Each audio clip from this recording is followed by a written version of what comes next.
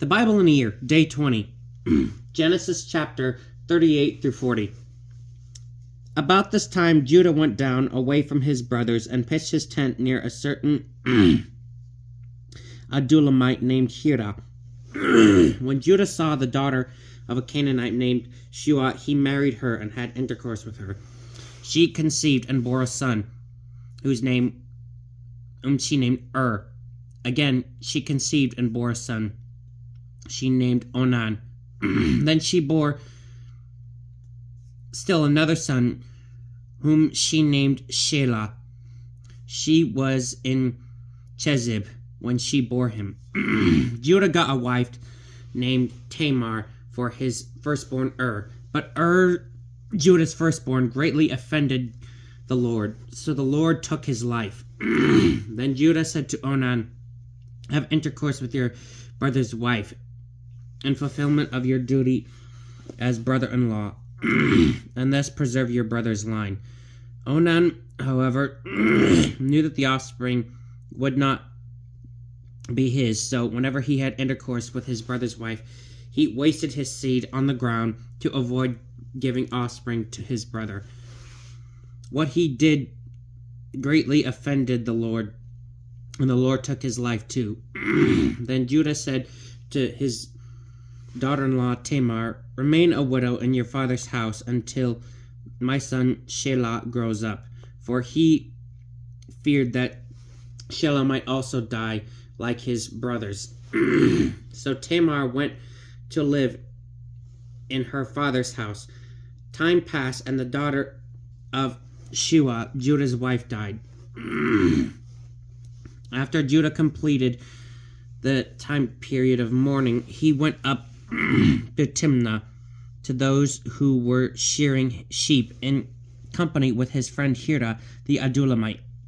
When Tamar was told, "Your father-in-law is on his way up to Timnah to shear his sheep," so she took off her widow's garments, covered herself with a shawl,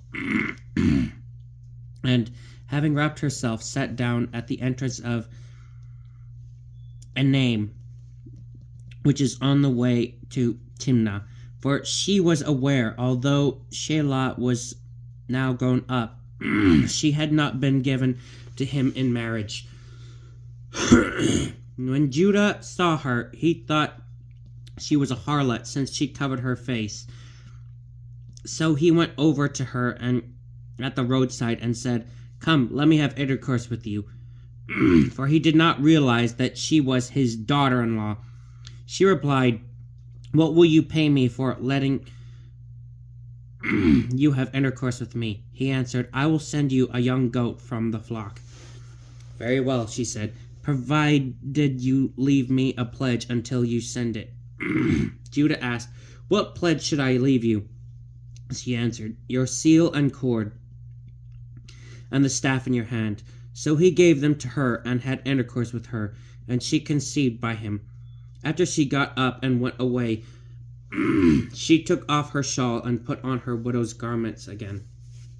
Judah sent the young goat by his friend the Adulamite to recover the pledge from the woman, but he did not find her. So he asked the men of that place, "Where's the prostitute, the one by the roadside in Enaim?" But they answered, "No prostitute has been here." He went back to Judah and told him, "I did not find her. And besides, the men of that place said, 'No prostitute has been here.' Let her keep the things." And Judah replied, "Otherwise we will become a laughingstock. After all, I did send her this young goat, but you did not find her." About 3 months later, Judah was told, "Your daughter-in-law Tamar has acted like a harlot and now is pregnant from her harlotry." Judah said, "Bring her out, let her be burned." But as she was being brought out, she sent word to her father-in-law, "It is by the man to whom these things belongs that I am pregnant." Then she said, "See whose seal and cord and staff these are." Judah recognized them and said, "She is in the right rather than I, since I did not give her to my son Shelah." He had no further sexual relations with her. When the time of her delivery came, there were twins in her womb. While she was giving birth, one put out his hand, and the midwife took and tied a crimson thread on his hand, noting, "This one came out first." But as he withdrew his hand, his brother came out, and she said, "What a breach you have made for yourself." So he was called Perez. Afterward, his brother, whom had the crimson thread on his hand, came out. He was called Zerah. When Joseph was taken down to Egypt, an Egyptian, Potiphar, an official of Pharaoh, and his chief steward bought him from the Ishmaelites who had brought him there. The Lord was with Joseph, and he enjoyed great success and was assigned to the household of his Egyptian master. When his master saw that the Lord was with him and brought him success in whatever he did, he favored Joseph and made him his personal attendant. He put him in charge of his household and entrusted to him all his possessions.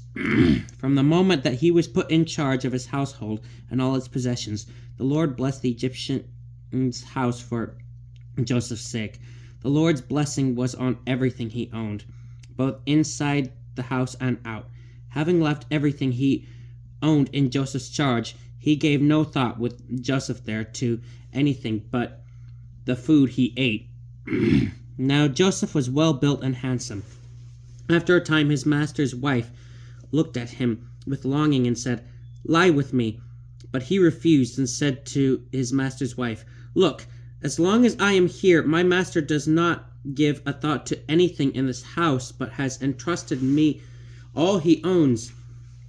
He has no more authority in this house than I do. He has withheld from me nothing but you, since you are his wife.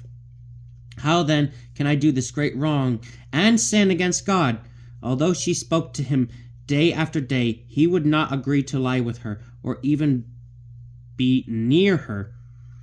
One such day, when Joseph came into the house to do his work, and none of the servants were then in the house, she laid hold of him by his cloak, saying, "Lie with me." But leaving the cloak in her hand, he escaped and ran outside.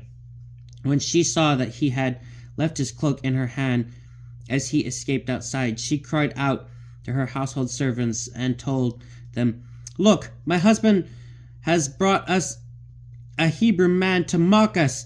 He came in here to lie with me, but I cried out loudly. When he heard me scream, he left his cloak beside me and escaped and ran outside." She kept the cloak with her until his master came home. Then she told him the same story. "The Hebrew slave whom you brought us came to me to amuse himself at my expense, but when I screamed, he left his cloak beside me and escaped outside."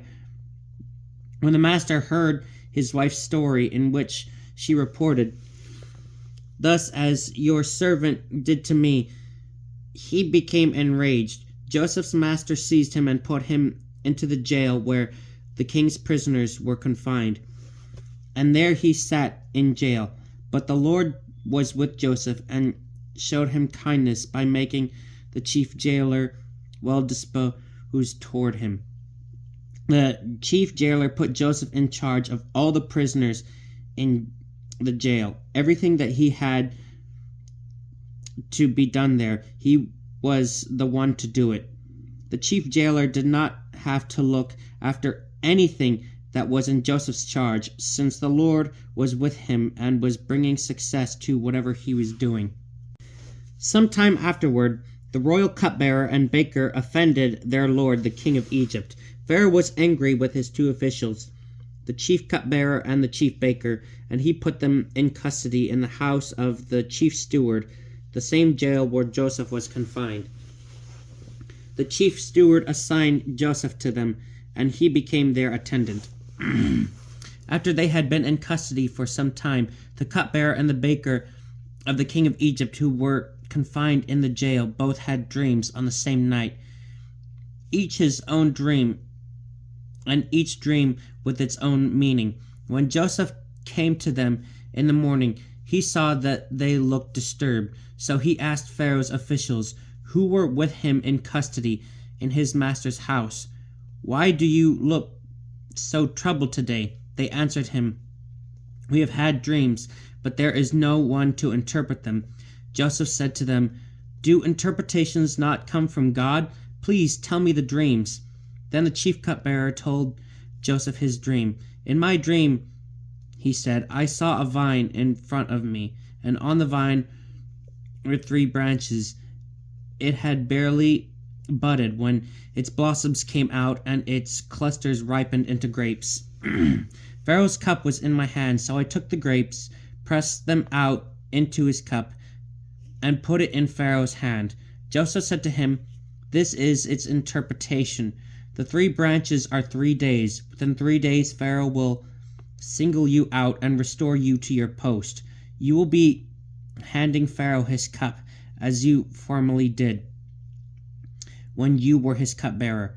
Only think of me when all is well with you, and please do me the great favor of mentioning me to Pharaoh to get me out of this place. The truth is that I was kidnapped from the land of the Hebrews, and I have not done anything here that they should have put me into a dungeon." When the chief baker saw that Joseph had given a favorable interpretation, he said to him, "I too had a dream. In it I had 3 baskets of bread on my head. In the top one were all kinds of bakery products for Pharaoh, but the birds were eating them out of the basket on my head." Joseph said to him in reply, "This is its interpretation. The 3 baskets are 3 days. Within 3 days Pharaoh will single you out and will impale you on a stake, and the birds will be eating your flesh." And so on the 3rd day, which was Pharaoh's birthday, when he gave a banquet to all his servants, he singled out the chief cupbearer and chief baker in the midst of his servants. He restored the chief cupbearer to his office, so that he again handed the cup to Pharaoh. But the chief baker he impaled, just as Joseph had told them in his interpretation. Yet the chief cupbearer did not think of Joseph. He forgot him. This is the word of the Lord.